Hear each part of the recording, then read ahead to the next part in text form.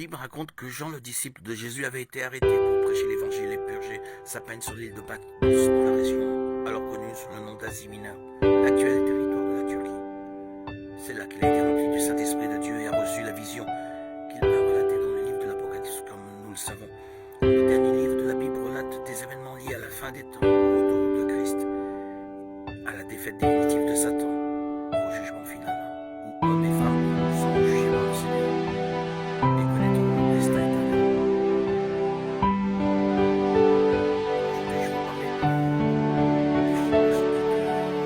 deux bêtes.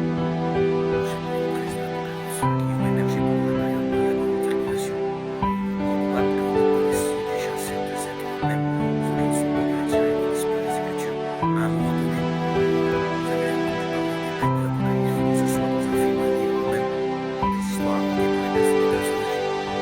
Mais ce que peu de gens savent, c'est que ces deux bêtes sont des figures différentes. L'une est la bête qui est sortie de la mer et l'autre est la bête qui est sortie de la terre. Et il y a beaucoup de confusion dans leur signification. Cependant, je vais vous montrer qui sont les deux bêtes de l'Apocalypse et quel est le rôle de chacun d'entre eux.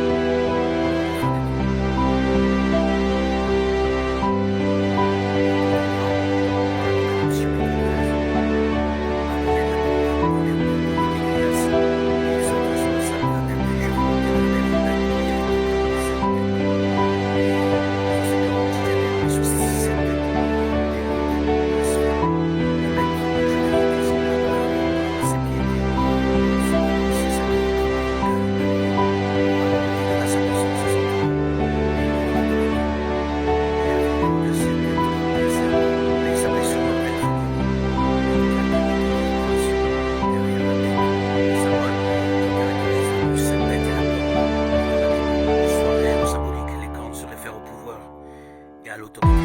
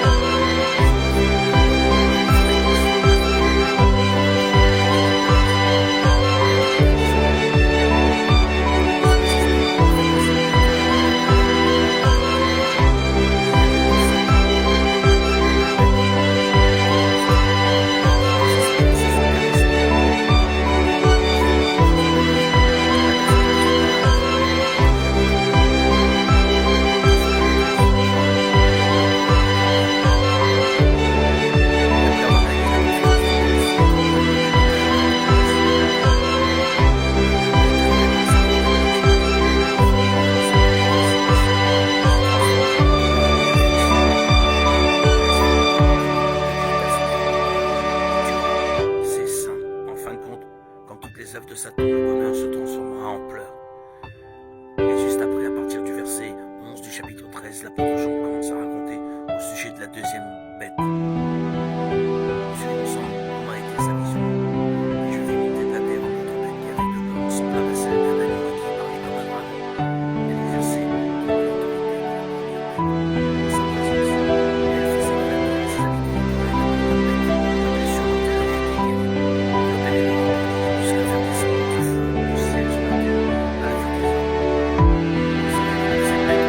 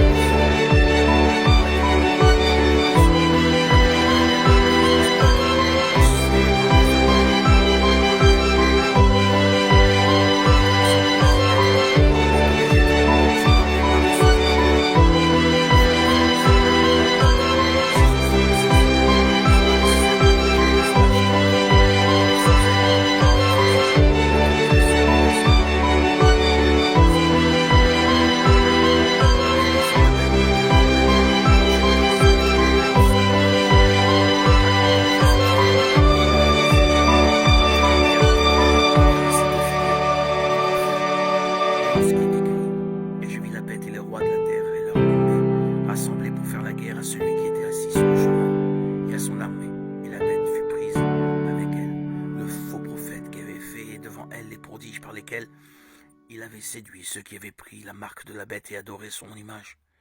Ils furent tous les deux jetés vivants dans l'étang ardent de feu et de soufre. Si nous analysons l'évangile, nous verrons que la fin des temps sera marquée par la tromperie.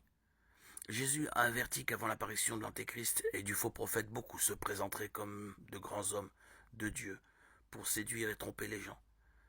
C'est pourquoi Christ a dit, Jésus leur répondit, prenez garde que personne ne vous séduise, car plusieurs viendront sous mon nom, disant c'est moi qui suis le Christ, et ils séduiront beaucoup de gens. Jésus a clairement indiqué que ces faux prophètes accompliront également de grands signes et des merveilles, et beaucoup de ceux qui se prétendent religieux et craignant Dieu finiront par être trompés par eux. Pendant les derniers jours, cela s'explique par le fait que ces faux prophètes ne sont pas faciles à identifier. Ils n'apparaissent pas avec des cornes sur le front, mais comme Jésus, accomplissant des merveilles, des miracles et montrant de l'amour envers les gens. Cependant, tout cela ne sera qu'un grand piège qui pourrait coûter le salut de nombreuses personnes. Cela montre que tant les faux Christ que les deux bêtes décrites dans l'Apocalypse sont sous le règne de Satan, qui est le roi de la tromperie. Leur objectif à la fin des temps sera de contrecarrer les plans de Dieu, mais ils n'y réussiront jamais. Donc si vous connaissez la parole de Dieu et avez les yeux fixés sur Jésus, il n'y a aucune raison d'avoir peur, car Jésus prendra soin de vous et vous protégera. Je sais que beaucoup de gens ont peur du livre de l'Apocalypse parce qu'ils le lisent hors contexte et sans comprendre que la plupart des récits de gens sont symboliques. Autrement dit, il n'y aura pas de monstres à plusieurs têtes et cornes crachant du feu partout dans le monde, mais des figures humaines qui ont reçu des pouvoirs du diable pour dominer le monde et faire le mal à l'humanité. Par conséquent, nous qui aimons le Seigneur et le servons de tout notre cœur ne devons pas voir les événements des derniers jours comme quelque chose de tragique ou effrayant, mais comme le moment où Jésus reviendra et vaincra l'ennemi, une fois pour toutes. Ensuite, tous ceux d'entre nous qui sont avec le Christ vivront des jours de paix et de joie pour toujours. C'est la plus grande promesse que nous pouvons recevoir. Jésus ne perd jamais. Dans le dernier chapitre de l'Apocalypse, il règne victorieux et nous pouvons nous réjouir dans la victoire du Seigneur. Alléluia.